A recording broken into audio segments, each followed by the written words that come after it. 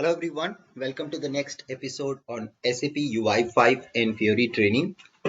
In the last session in UI5, we talked about finding the list control and also achieving navigation via the list control to the next screen. We discussed about how can we use list control to create a work list kind of application. And finally, we also saw how to convert a work list application to a master detail Fiori application using SAP Fiori. Now in today's session, we'll start with the important topic about list modes. You can see here the UI looks good, but at this point of time with this UI, there is a small this arrow button which really doesn't make sense now. It really doesn't indicate user that is navigating somewhere else because in this case now the right side screen is already displaying the details. We don't need additional arrow button to indicate user that user got to click on it. That's not required. And that's something which we can handle without this button now using list modes. What is list modes? There are a variety of list modes which allows us to be able to change the look and feel of the list control on the right side. Let us go ahead and discuss about those list modes quickly. We'll come back and now let's go to the view one where we have our list control. And first of all, I'm going to remove this type navigation. So let's remove that up and just save this, come back and refresh. You will see the navigation go away. However, with that navigation, the functionality for selection also went away. You can see now when I'm clicking on the list item, nothing is happening because that event is no more there. There is no event anymore for navigation or selection at all on the list. So that functionality also went away. No problem. We will go back and now start writing something called mode. And remember, the mode property belongs to the list control, not to the item control. So let's go ahead and write the mode property. The first mode comes is single select mode. Save this up and come back and check what happens when we shift to a single select mode. I refresh. Can anybody tell me what has happened as a result of single select mode? Anybody? What do you think has happened when we got into a radio button have come up at the end of every list item? That's what single select mode does. And now user got to click on this radio button to perform the selection. But oops, what I see here, when I select the radio button, is still my data on the right side is not coming, right? The reason is with the list modes, if you want to perform the same functionality, what you were doing earlier, the event name is different. For the list kind of selection, whenever you do a list selection, the event name is no more item press. Item press event triggers only when we have type equals to navigation at item level. For list mode based selection, the event name is no more item press. It's called selection change event. So I'm plugging in the same functionality for selection change event now. You can see I've changed the event name to selection change. That's the event which triggers when the mode is used for list selection. That's a selection change event, and there is literally zero changes required in the code. The code remains same for the event handler method. Let's come back, refresh once again, and check out the behavior. Now when I select, oops, wow, there you go. You can see it's functioning absolutely correct as it was earlier. So that's the beauty of list selection mode. Selection mode along with selection change event handler is what makes it possible to perform it better. There's another mode called selection single select left mode. Let's see if I switch to the single select left mode, what you get as a result. So let me come back, refresh, and just refresh it up. Anyone, can you please guess what is happening when we switch to a single select left mode? Anybody? What do you think when we are switching to single select left mode, what is that happening? Yes, absolutely right. You can see the radio button which was coming on the right side is now moved on the left side. That's it. That's the only change. Functionality wise, there is no change and it works. Yeah. But think about a mobile screen. Such a mobile screen, which is just 3.5 inches mobile screen. What will happen if you get such type of selection in a mobile? In a mobile, when you click on an item, it displaying the data, but this radio button looks very tiny. Okay, it will look very tiny, and it user will find it so difficult to exactly press radio button. Are you getting my point? See, here if I click on kiwi, 200 kilogram, this icon or acidic, it is not selecting the event. User precisely have to select this radio button to perform the selection. And in a mobile screen of 3.5 inches, this radio button will be very small. Hence, user experience will be bad. As a result of that, that's the reason we will not use this single select mode very often. Rather, we will go with single select master mode. That's the mode we will go with. And as a result of that, when I refresh, you will see a radio button is no more required. But watch out now. You click anywhere, doesn't matter whether you click acidic or oranges or icon or 4 or kilogram, wherever you like, you click anywhere and it does the selection for you. That's what called single select master mode. What an amazing feature, single select master mode, guys. I hope you're all clear. What is single select master mode? It allows you to perform a click anywhere on the item. As a result of that, it triggers the event. Yeah, this is what exactly was asked in one of the question, and I hope you got your answer, because earlier it was heavy dose of antibiotic. You would have haven't understood this if I directly would have showed you. Yeah, so that's called single select master mode. Okay, single select master mode allows us to perform such selections without finding the tiny radio button. That's called single select master mode. Now, what else? There was also one more question, Anubhav. When we load the screen first time, I want by default the first item to be selected.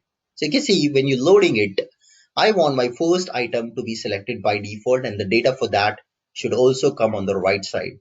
That is what we want. How can we achieve that? It's very easy. You got to apply an event, and that event you got to apply only only once. Once means when my application is loading. You don't want to do that automatically every time when user does something, right? You want to attach that event only once when the list gets loaded first time. So where can we find such details of an event? Let's go to SAP UI5 SDK. We have to tell UI5 SDK that after my view is displayed, we have to apply an event. So let's go to any class. Maybe I can go with the list class, and I will keep going to the parent control, and I got to go to the element parent control. You remember the element is the super class of control class. And here when you come to events, you will find here a couple of events. Yeah, we'll find also a couple of methods. And now here you will see there's a method called add event delegate. That is a method which allows you to dynamically add an event to any core element. A delegate that listens to the event are fired on this element. When the event is cloned, the same delegate will be added to all the clones. So basically, just try to understand. I want to apply an event dynamically. So this will help me a lot. Now going back to the list control and checking it, some events for the list control. So let me go back to the list class. Just keep going back. Just also check the events here. That's of no use for me. Maybe just go back and just go to the list base class and go to the events, and you see a couple of events over here. You see update finished, update is started, yeah, selection change, item press, select, growing, finish, delete, yeah. So all these are all the different events for the list. So I want update finished. So I want to apply an event, yeah, add event once the update of the list is finished. Every time the data loading in the list is finished. See guys, it's asynchronous JavaScript. Don't be in the mood of typical conventional programming like ABAP, where one statement got executed until that finish, it doesn't move to the next statement. Here it's asynchronous, non-blocking IO. So you will not be able to achieve desired results the way you think programming language will work. Okay, it will not work that way. The system here behaves differently. It just keeps continuing to the next statement without waiting for completion of first statement. So if you do it something in on init simply by making a selection on first screen or first item, it won't work because it may take some time for application to load the data from the server. Okay, application may take some time to load the data from the server. By the time your on init is already complete, by the time your on init method where you have written a code to select first item is already complete, it's completed. By the time data didn't even come to the list, so data ही नहीं आया, selection कहाँ से करोगे? It's a it's asynchronous non-blocking IO. It keeps continuing. So if you written a code in on init to select the first item, by the time that code gets executed, data itself is not available. As a result, the selection won't work. So you have to work based on events. That's why JavaScript is called event driven programming language. So you have to write an event and wait until your list update gets over, until your list is updated, until your list update is finished. So you have to apply an event dynamically at the list control, saying that, hey, I want to wait until my list is updated. Once my list is updated, then I will do the selection on the first item. So let's see how it works. So now I can come back and I now know the event. The name of the event is update finished. Let me just check that. It's update finished event. So fires after item binding is updated and processed by control, which means after my data is available in the list control, this event will get fired. And once this event fire, in that event is what makes sense for me to select the first item, because I can be sure that the data is available in my list control. So always believe on that. It's non-blocking asynchronous execution. It's an event-driven programming. So let's come back to the view one.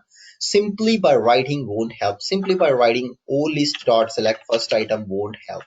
So maybe it may work, but there is no guarantee that it will work. So I can say set selected item. That's a method. And I can say olist.get items of 0. I'm saying, hey list, please give me all the items and please give me 0th item, the first item, and that is the object I am pumping to the set selected item method.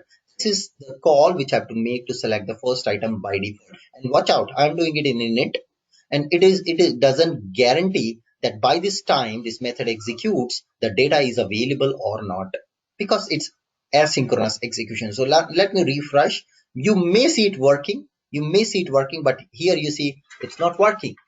Can you see guys, it's not working? Anybody, what do you think is the reason why this code is not working? Because my method got executed, my method got executed, my method got executed, my method got executed well before the data was available. And you see there is no error in our code also. Okay, there is no error in the code. My method got executed be my method got executed before the data itself was available in the list. So I have to write it in a different way. I have to say olist dot attach once. What to attach once? Okay, I have to attach an event. So I can also go back and use that, add event delegate. I hope that was the name. Let me just, or maybe I can use attach once. Let me search for this. Also in the documentation, attach once. SAP field. This is what I usually always refer. Something like attach once. That always helps me. Add event delegate also you can use, or you can also use attach once. So maybe I think there is nothing called attach once. Maybe I'll check that. I forgot maybe the name. Maybe I'll just try that. Attach once. What attach once? So that's my event delegate and a function.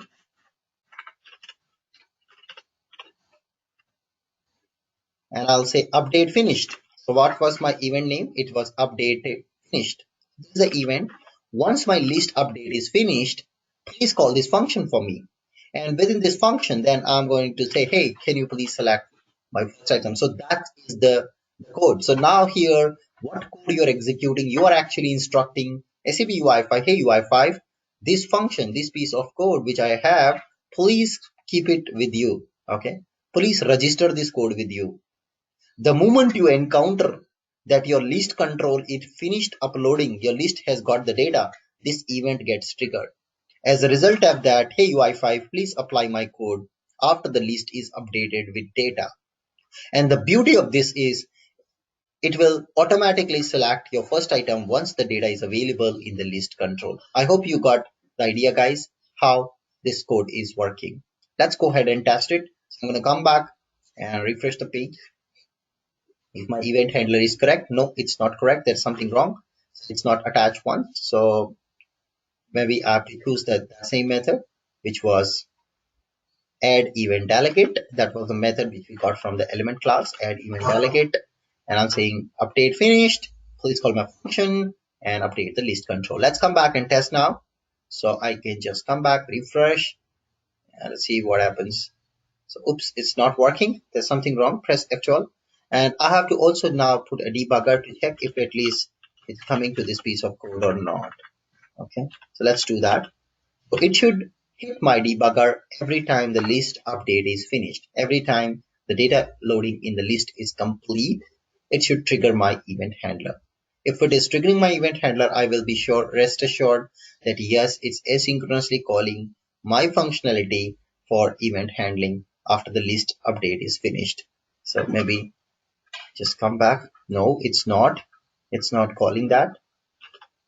Maybe update finished, add event delegate to the list control. It's not calling my functionality. So I've got to check that. Let me just come back and just check for add event delegate.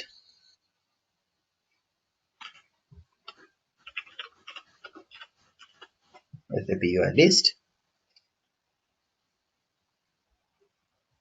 And let's check that up. So you can see add event delegate. Yeah, I have to put it here, guys. The event delegate name colon the function. That is the format, guys. I missed the format. I have put the wrong format. So it should be like this, curly braces, and then inside this curly braces, I have to put our event name, update finished, and function. Like that, I have to write. Add event delegate, curly braces. Inside the curly braces, put the event, colon, function, and this whole thing. Let's try this now. Come back and refresh the page. So syntactically, it was little tricky for me, but now I have written the syntax correctly as per the, okay, it's still not hitting. Ideally, it should hit. Update started, update finished. I think that's the right event, guys. Let me check what's going wrong. So we just check that. I think maybe we are missing something. Add event delegate. Am I missing something? You can see add event delegate on the object, curly braces, method name, event name, colon, function. We have two lists, right? We do have two list controls. Let me just check which one I'm referring. I'm referring to the dynamic list, guys. That's the problem. You see, guys, I'm referring to dynamic list control. Thank you so much. We are referring to the incorrect list control. That's why nothing has worked by far. Okay, thank you so much. So let's go back and get the actual list.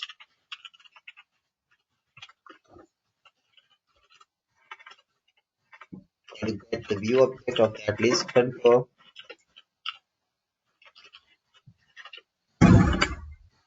And let me go back to the view and pick it up the correct list, which is ID fruits. That's the list I'm looking for, please. And just save this up, and this should be fired on ID actual list. That's what we wanted. And now we can come back and refresh.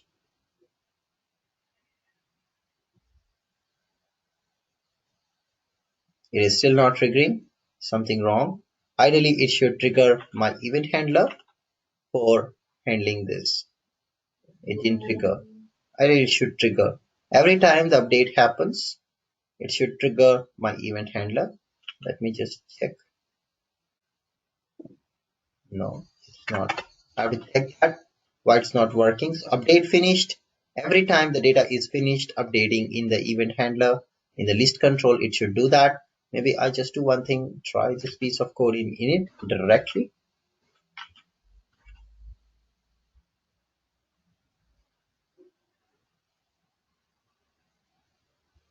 And you see that doesn't of course works because the data is not yet updated in this. We have to check that on after rendering.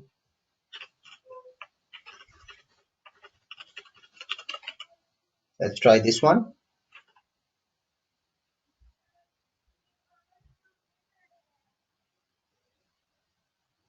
Now at least it is hitting. And let's see. It's still not selecting the first item. It's at least hitting the code, but it's not selecting our first item. Because by that time also the data is not loaded. Data will be only loaded once you have this event called, which is called update finished. Yeah, this is the only method which the event which will trigger when the data in the list is finished uploading. So I think we are referring some event which is not available, which is not something which is triggering currently for this. Maybe this gets called. Yeah, please. It should trigger actually. I've used this in table thing and it triggers directly inside on in it. No need to add event delegate. And I believe we have to add this event at item level, like in the view. Yeah. Okay, you mean to say at the view at the item level, update finished here you want Yes. you will Yes. say on update Yes. I finished. guess. I Anubhav, guess one more yes. thing. Yeah, Anubhav, one more thing. Yes. Here inside the olist dot actual set selected item, you are right. Olist dot get items instead of that olist actual dot get items, right? No, olist.get items is absolutely fine. Okay. Okay. That has no meaning. Maybe I can show you that running that code in a debugger. So this piece of code right now we don't have an issue with. Okay, it's actually triggering, but selection not happening. Because the data itself is not available on the UI. So Prasoon has just mentioned that if you use update finished at the item level, that may work. Yeah, that's what Prasoon is saying. So I have just pinged you what I am using in table got it. and I it got is it. So working you fine. are saying update finish at the item level, and then here you say on. No. Actually, in table I've used a table declaration level and directly used that one. So here also at list level only if you will declare.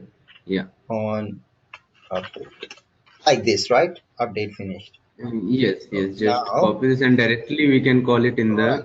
init. But I wanted to show you guys another technique, which SAP standard is using. This one Okay. may Attaching. work. Yeah, my intention was to actually show technique which SAP standard is using. That was the only reason why I was going with that way. Anyway, I will have to check that why that code is not working. It has to work ideally.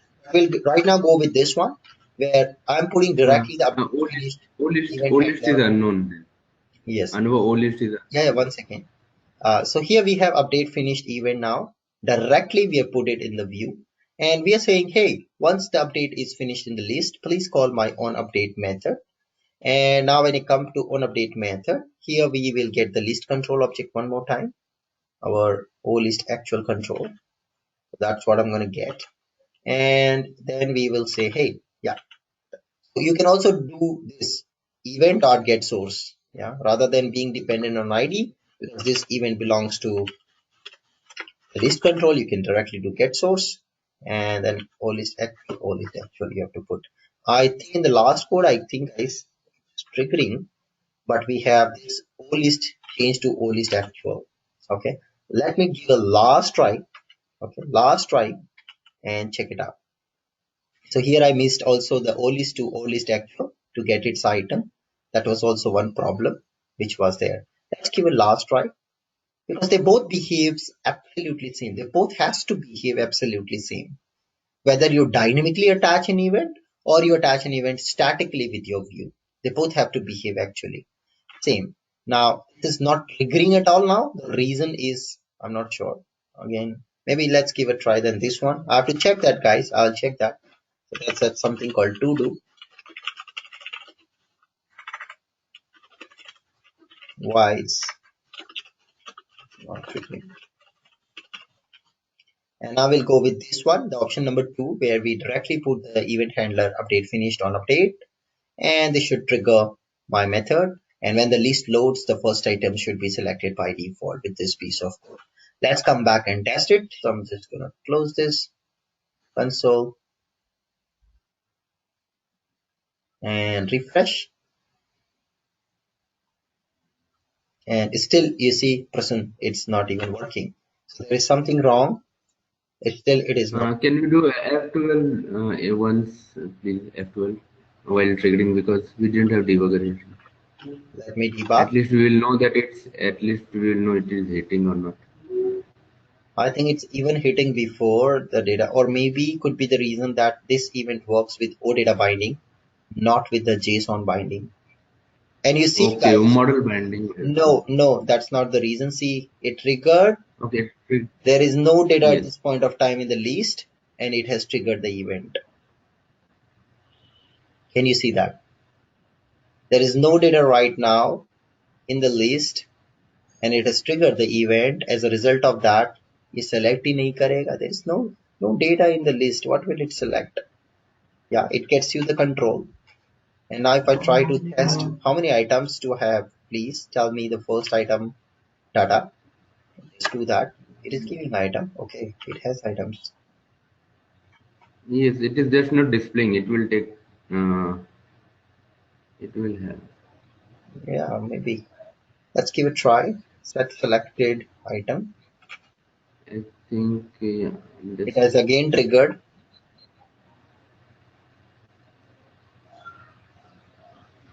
I think I got the You see reason, that? guys. I got the reason. See, we have done grouping.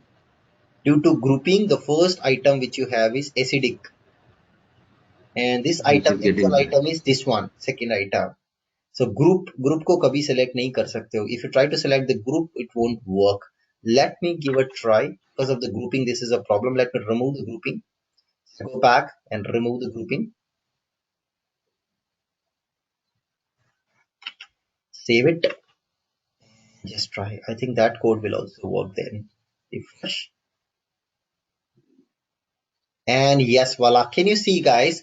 It has selected my first item. Yeah, there you go. But corresponding to that, data is not loading on the right side. That is something we will see in a chapter called root match handler. So at least we got the reason when the grouping is being done. This way the code will not work. So because the group can never be selected, only the items can be selected. And now see this is highlighting the first item. To load the data on the right side, you got to also do the binding actually. You got to just right now do the binding, hard-coded binding to display the first item because you know you're already displaying first item. You can directly do this. You can get the view to object. Okay, it's very easy to get the view to object. That's the piece of code. And now I can say I want to do the binding and then hard code the binding path with index 0. Save this, and now watch out, refresh. Your first item on the left will be selected by default, and the view will get the data of the first item on the right. So that was the code, guys. Just wanted to just missed out on the part where I am unable to dynamically apply this. Ideally it should work, the dynamic event apply, it should work ideally. I'm not sure the reason why it's not working. Ideally it should work, guys. Okay, so Hope you guys are clear how to select when the page loads by default your first list item and display the data for that item by default. Right now, it is still not so concrete application, because if you remember, let's say I select Kiwi. Now when I refresh, what should happen ideally? Should it reset the selection? Anyone? When I refresh, what should happen? Should it reset the selection? It should not reset the selection. It should retain my selection on Kiwi, because that's what called resuming the application from where you refreshed. That is exactly same example which we're discussing, Swiggy example. It should restore rather reset, correct? So, but right now when I refresh, watch out, it will restore, it will refresh actually. Okay, it has got back to the first item, which is bad actually. So suppose I have done hard work and found out a fruit relevant for me. I clicked on it and now by mistake my internet go or refresh, it goes away, complete selection goes away. So that's the reason we should ideally not go with this technique. Okay, but we have a better technique, we're going to learn that in upcoming days. Let's move on to the next control on the right side. Now we got to fill it little bit. The filling can be done very easily. We have to have something called here a tab strip. I want a tab strip. When somebody select a tab strip, it should display some data at the bottom. Somebody select second tab, it should display data on the bottom again. So like this, I want on selection of a tab, it should display the corresponding information at the bottom. That's what exactly I want. So let us go ahead and bring that like a subscreen, absolutely. Like a subscreen, a tab strip control in SAP UI. We can get that. It's very easy. It's called icon tab bar control. Let's bring in an icon tab bar control. And each tab inside tab strip is actually here an icon tab filter control. So it should have an aggregation with which we can get the icon tab filter. So let's do that. I can come back this time to the view 2. We got to start all the things on the view 2. So I will come back to view 2. And before that, I want to also show you guys the table footer. Okay. I want to show you table footer. So, or sorry, the page footer. So let's go back to UI5 SDK. Check the page control. Samples I want to see. I can build also like a standard UI5 application.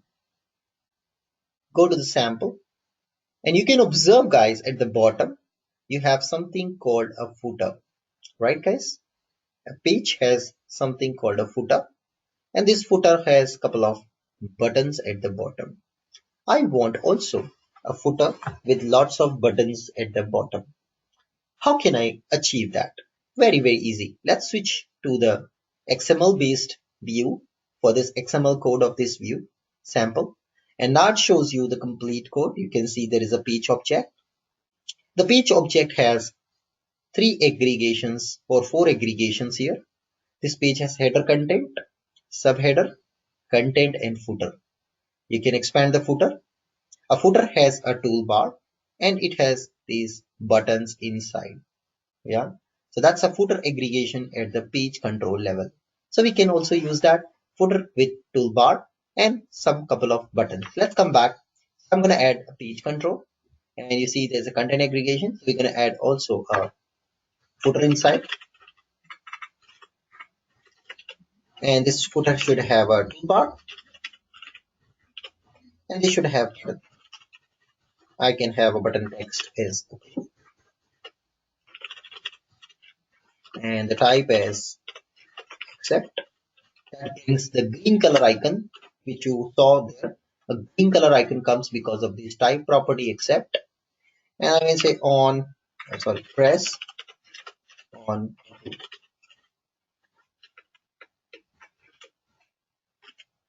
Let's bring it out the second one. Reject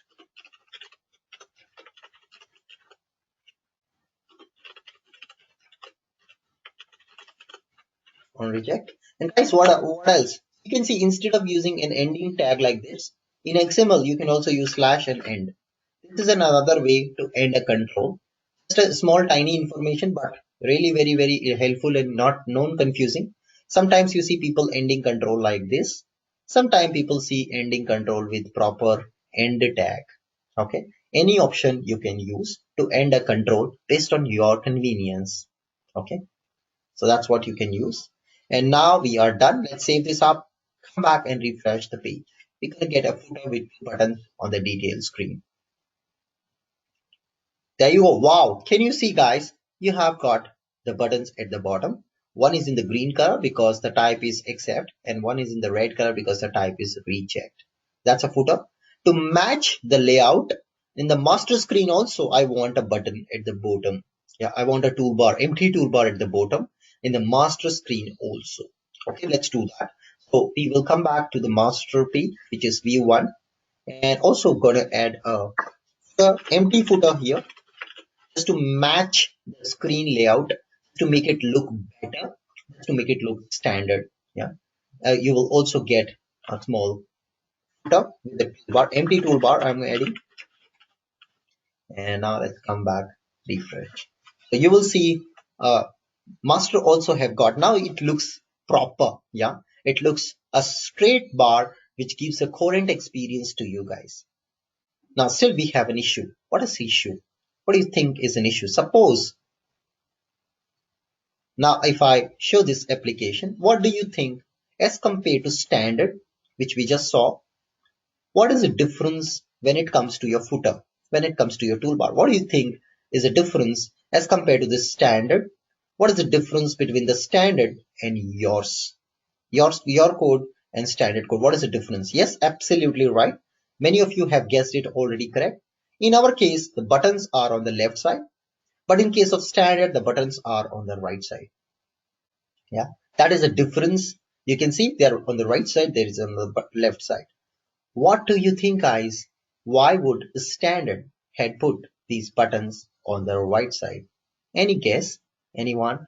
What do you think? Why did the buttons have been kept on the right side by the system? Why did SAP kept their buttons on the right side? What is the reason?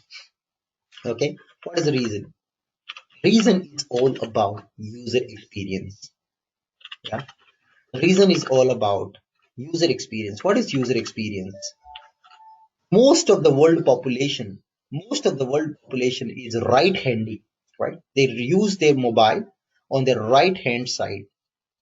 They hold the mobile on their right hand side and they use their thumb finger to operate the mobile, right? You might have also seen people operating their mobile devices with their right hand side thumb.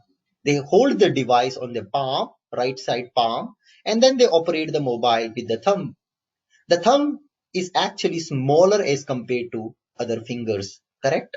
The reach of the thumb in a big screen mobile is very less. So if you put your button, if you put your button on the left hand side, what will happen? What will happen? Anyone? If you put your button on the left hand side of the mobile, what will happen? On the left hand side of your screen, the thumb cannot reach. It's difficult for thumb to reach to this button. However, if you put the button on the right hand side at the bottom, what will happen? Anyone? If you put the button on the right hand side at the bottom, what will happen? The thumb can easily access. That's called user experience. You can change UI, but you can't change user experience, guys. किसी का thumb बड़ा नहीं कर सकते हम लोग. We can't increase the thumb size. That's user experience. This is how users using. There is a deep analysis done, guys, behind the Fury. Deep analysis. You see कितना दिमाग लगाया है. That's called user experience. You can't change user experience. You can change your UI to match up to the user's experience expectation. Are you guys clear? You see, this is a very good example for user experience you can give in interview. What is UX? You can say majority of the time in a Fury screen, we always keep our buttons on the right bottom corner. The reason is same, because the thumb can reach to the mobile phone on the right hand side much faster and easier as compared to the left hand side. As a result of that, you see all the standard Fury apps, the Fury user experience says, the guideline says keep the buttons on the left bottom corner. Okay, keep the buttons so that your thumb can reach. How can we do that? Anyone? How can we achieve that? Look at SDK. What is that SDK is doing? Come back to the sample. Let's see. They are putting a control called toolbar spacer. The moment you put this control toolbar spacer, all the buttons goes on the right side. Okay, that's what they do. Let's do us also. So I go back to view 2. I'm going to add a toolbar spacer. Save it up and watch out. Let's come back, refresh the page, and we're gonna see that our button should be aligned on the right now. You can see guys, all the buttons which you've coded are on the right hand side now. That's what we wanted actually. Okay, that's what we wanted. Best user experience. That's all about Fiori guys. Fiori user experience. This is about Fiori UX. Okay, why we do what we do. That's Fiori user experience. That is the difference between UI5 and Fiori. UI5, you focus more about designing the UI, but when you code using Fiori, when you're dealing with Fiori, you're dealing more and more with the user experience, the guidelines which SAP has given to achieve the best in class user experience for the users. That's why it's called Fiori apps. Okay, I think we can mention the number in toolbar spacer if required. Yes, probably there may be some properties you can control that also. Okay, that's up to you. You can decide. If you want still some buttons on the left, you can put those buttons on the left and then toolbar spacer and then put your buttons for aligning them on the right side. That's your choice. Okay. After this toolbar spacer, everything is aligned right by default. So if you button on the left, put a button on top of the toolbar spacer. Yahan pe. If you put it, all the remaining buttons will be aligned on the right automatically. Okay, so yeah. Okay, cool. So that's about buttons. And now what about message boxes? So by far we were dealing more and more with alert message. Alert message should not be used in Fury. Doesn't look good. You got to go with other type of messages. So there are two major message objects in UI5. It's called message box API and toast message API. So let's check it out. Message box API. So on approval, I want to give a pop-up asking user, would you really like to approve? Yeah. And when user say yes, I would like to approve, I want to give a confirmation message that your request has been approved successfully. Yeah. So how do you do that in Fiori? What is the guideline or what are the controls we use? So we can come back on approve button. That's on approve. Let's go to the view 2 and here we will put function and I'll say I'm going to give a message. So there's a dependency here on standard. Let's put that on the top. The dependency is SAP in message box. And there's another one which is SAP in post message. Now I'm going to add both these classes on the top, message box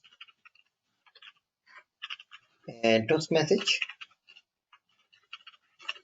Is it message toast? Yeah, maybe. I've got to change the class name. That's what matters most. So there's a message box and there's a message toast. Let's come down and on approve, I'm going to say, hey, I want a message box API dot confirm message. And I'll say, do you really like this fruit? And I'm going to say, comma, curly braces. When the pop-up is closed, I'm going to trigger an event handler. So when the pop-up is closed, which gets closed actually when you click on or either OK button or cancel button in that pop-up, this event will get triggered. And I can say status or whatever you like. And then I can say console.log status. So that's my confirm message box. So now here you see it's going to ask you a confirmation message with this as the message text. And when user click on OK or cancel button, it will trigger on close. On close means whenever user clicks on OK or cancel button, the message box will get closed, and you are going to get that now. Okay. Now, guys, another point Srinivas is mentioning, we should, rather than using console.log, we should use jquery.console.log. Yes, you're right. So we can also use jquery.console.log. This is also okay. No problem. You can do that. Okay. Now you see that warning which was there is gone. So earlier there was a warning and that warning is now gone. That's also you can use. But right now I'm putting it temporary purpose because we never leave console.log in the code. It's like leaving hard breakpoint in the code. We never do that. That's why I want WebID to give me a warning so I know that there is a warning and I need to fix this up before I release my code. That's why I prefer to choose this one so that I will remove this before I ship my code to production system. So you see, ideally all these debugger statement, which you have hard debuggers, these console log, these are violations of the standard guidelines. So you got to keep these warnings coming up and fix these up and remove them or comment them before you release to production. That's a good practice. Save this. Let's come back and refresh the page. And now click on approve button, we're going to get a nice little pop-up. I can say approve and voila. Can you see there's a confirmation pop-up? That's a real Fury like pop-up, guys. We should not believe on alert statement anymore. Should start using message box API.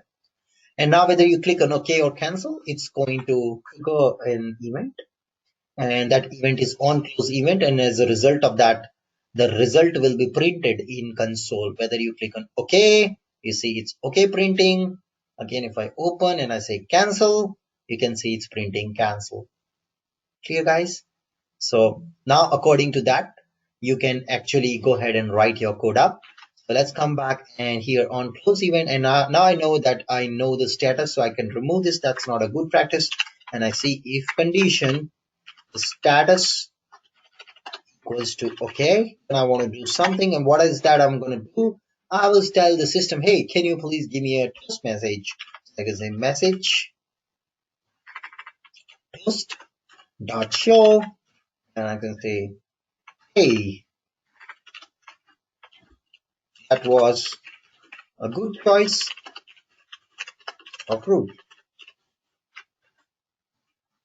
I can save that, and now I can just see that toast message. So let's come back and just close this up, refresh, and now let's see what happens. So now we got this. Watch out, the toast message will come up on your screen. Click on approve, and I can see, okay, voila. Can you see, guys, down there, there is a toast message which is popping up. Hey, that was a good choice of fruit, and that's called a toast message. Currently, since I am highlighting this message, I am on the selection of the message. What system is doing? Since I'm highlighting this message, system is not making this message disappear. But how the toast messages works, they will disappear automatically. Okay, they will disappear automatically when a message comes. After 3 seconds or 5 seconds, these messages will get disappear. So if you are not highlighting, not focusing on the message goes away after 4 to 5 seconds. That's a behavior of toast message. Okay, so now there's a question again from Srinivas that can we put the messages like permanent, putting at the message bar? Yes, there is something called message box API. Okay, so I'll just quickly show you the sample. You can always check the sample for such things. So message box, and you can just go in here and you see message box, go inside, and you can see these are different variety of messages. You can see, guys, it's I think message bar. Yeah, message view, message strip. You have lots of control. Message manager, message page. You can see, and here you can come. This is a message page. It's a message manager. So there's a lot you can do. Yeah. So now you can see when I throw an error, you see there's this strip comes up, and when you click, the message comes like this. Right. So that's what I think you're asking. We can do that. Permanent messages can be docked on the left hand side in this pop-up, and this messages comes up. How to build it? You can always go and check the code. So now you'll start understanding this code, what we have to bring the message manager. So we are using a message manager API to basically throw this message popover on the left bottom corner. Clear? So you can use this. Just refer the code and you will understand that pretty easily. Now I want to show you one very important topic, guys. Very, very important topic. What is that topic? Suppose here within this function, this is an asynchronous function. Watch out, this is very important topic. This is an asynchronous function. This asynchronous function doesn't have access to global variables. Okay, let me note down. So this is the funda fox actually. Here we cannot access this pointer because this is not in scope. I hope you guys understand what is the scope of a variable for a method. A method can access a variable, which means that variable is in scope. A method which cannot access a variable, which means it's not in scope. So here, this pointer, access of this pointer is not there for you. It's not even in scope. You can't access. If you say this dot something, it won't work. Let me show you. So what I'm going to do is create a global variable. I'm creating a global variable selected fruit. That's a global variable. Yeah. That's my global variable. And in this selected fruit, whenever users select an item, okay, I'm going to set this selected fruit over here. So, okay, so that's something which we're going to do. So whenever user click on an item, I'm going to do selected fruit. So maybe I will do one thing on approve button. I will check what is the fruit name. So what we do is go to view to, and in the content we have an object header. And what I'm going to do is I'm going to get this value of the fruit name. So let me just do that. I'm going to get this fruit name and I'll say here var, sorry, not var, I'll just say this dot selected fruit is equals to this dot get view dot get model. That gives me my default model get property. And I'm just saying, hey, can you give me the value of this name? Yeah, name property I want to get. And that's it's gonna set my selected fruit. Let's print this console. And this dot selected fruit. And now watch out. Let's see what happens. So let's come back and refresh. Press F12 and just check it out. I click on approve button. The moment I click on approve button, I'm setting a global variable where I'm setting this fruit name, whatever I selected. Maybe I select mangoes. Is the king of all the fruits, mangoes. And I click on approve and you see, oops, it's coming as null right now. I got to check my code. I think it is slash name. It's slash name. The path should be slash name. Let's come back and try one more time. And let's see. Just execute. We just select again mango. And I'll click on approve button. Watch out. When you click on approve button, I'm reading this value from the model. So I have a model set at the view level, and I'm reading the value of this fruit name from the model. I click on approve. It's still undefined. Got to check that why it's undefined. It has to get me the value. I'm going to debug this. Let's go back to the sources.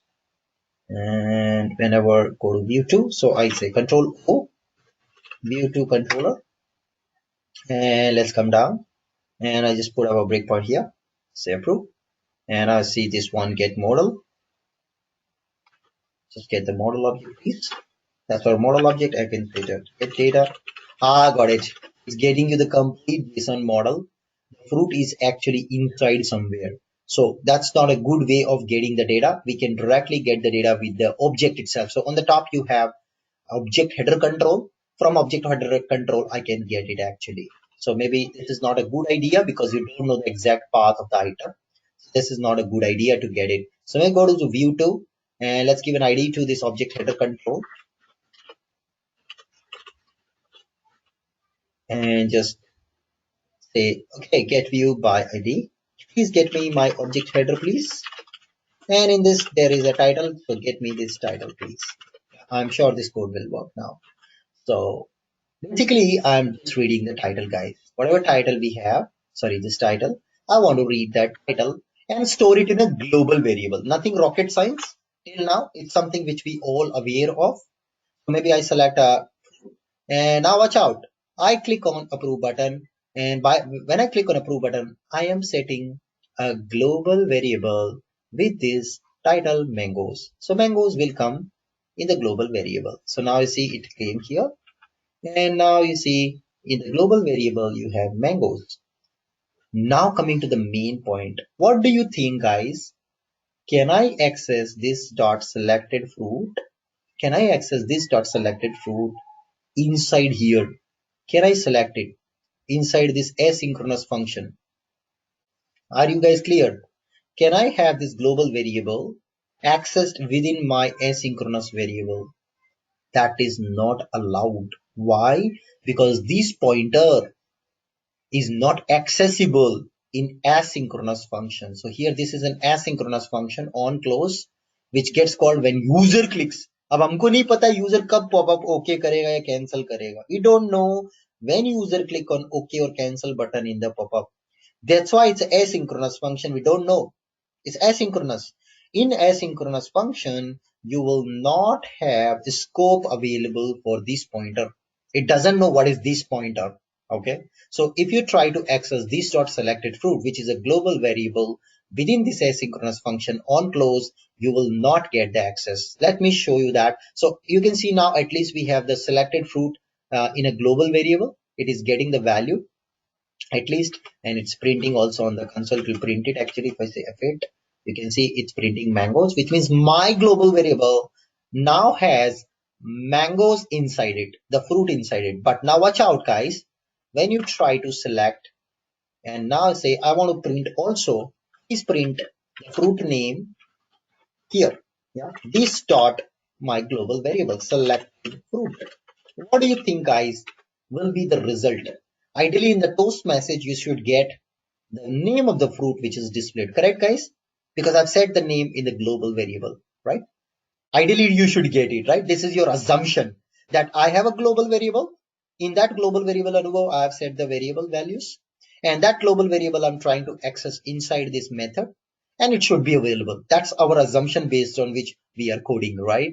So that's the reason. Watch out now, it won't work. Watch out now, it won't work because this is the behavior. This is the behavior. You can't access the global variable or this pointer within the asynchronous function, guys. That's not allowed. Let me come back and show you. I can come back, refresh, and watch out the toast message now. Approve and say okay.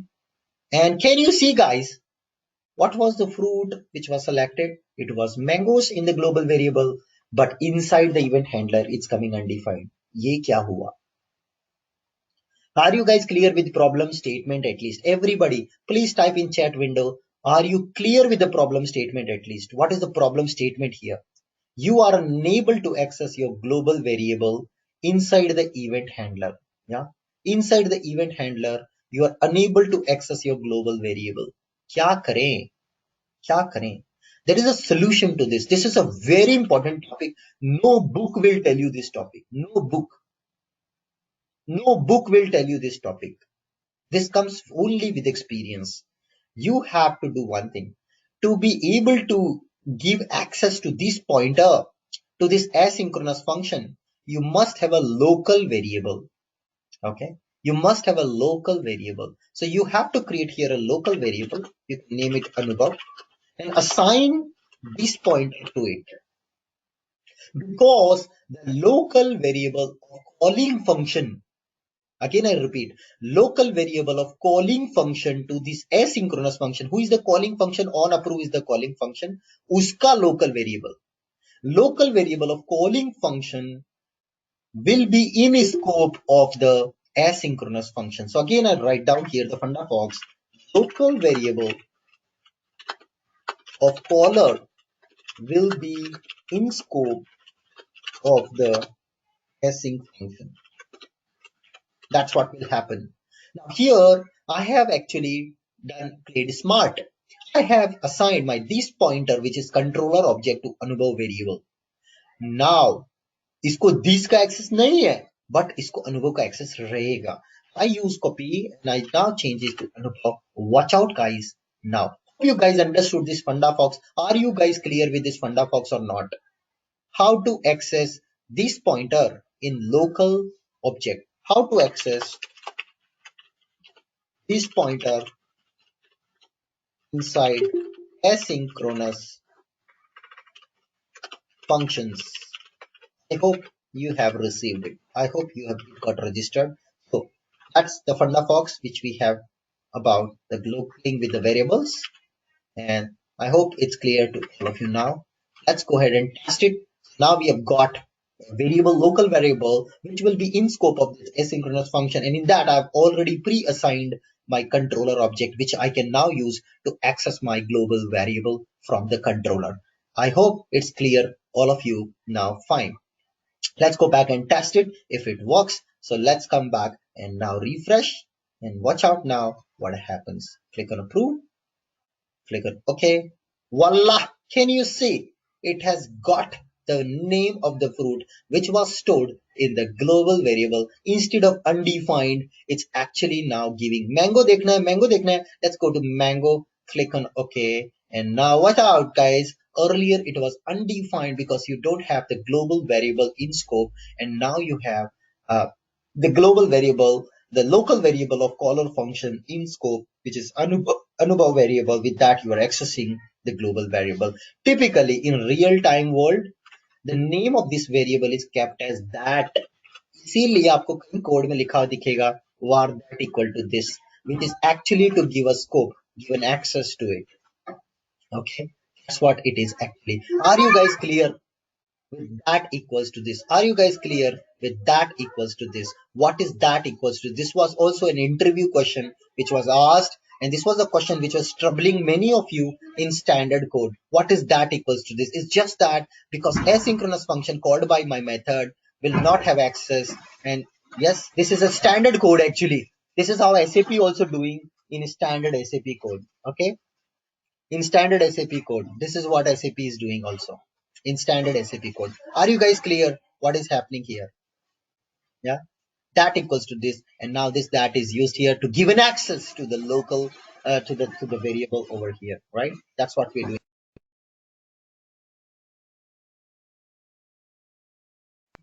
Clear, everybody? So hope you enjoyed this particular discussion. This was one of the most important topic here. Yeah. So reverse is what is reverse? Reverse is not possible if you have a local variable here. You can't access that in outer function. That's not possible because it's asynchronous. You can have a variable Anubhav. You can't access that variable outside this function. That is not possible. That is not possible. The reverse is not possible. Okay. Cool. With that, it's a wrap on today's class. Any questions before we close? Anybody? Any questions? You can unmute your line and ask the question if you have.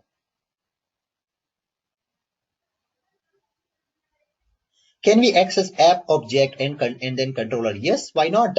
You can also access the app object. So that is now the controller object. इसके अंदर view लो चाहे app लो कुछ भी लो. That equals to get view, and now you get the view object. And then when you do get parent, you get the app object. Master section, get parent, you get the app object here. Yeah, you can do that actually. एक बार controller का object आपको मिल गया तो you can do anything. That's your controller object. This equals to that. So now you have in scope, you can access anything you wish to. Okay. Once you got the controller object, everything is possible for you. Okay. That's how JavaScript behaves. Now don't ask me why it is like this. This is how JavaScript behaves. This is the behavior of JavaScript. This is not especially with UI5. Whether you're working with Node.js also, Node.js is also JavaScript technology. There also it behaves absolutely same because it's asynchronous non-blocking IO. This is the behavior of JavaScript, not just UI5. I hope it's clear to everybody. Yeah, how to access the controller object inside asynchronous function. With that, it's a wrap on today's class. See you tomorrow. We'll start. We could not do the icon tab filter. I don't want to give heavy dose of antibiotic, so let's not do it today. Yeah, we have still time. We will do the icon tab bar in tomorrow's class. We'll look at the table control as well. We'll look at table form as well. We'll look at multiple things. So this was an important discussion I want to complete. So that's why it took some time. So let's start tomorrow's class. And in tomorrow's class, we will talk about the icon tab filter and bring our UI more and more closer to standard SAP UI5 application. I will also come back with the solution of this attach event once. That is something which I have to look at. I will look back offline and come back to you. Thank you so much. See you tomorrow. Have a nice day.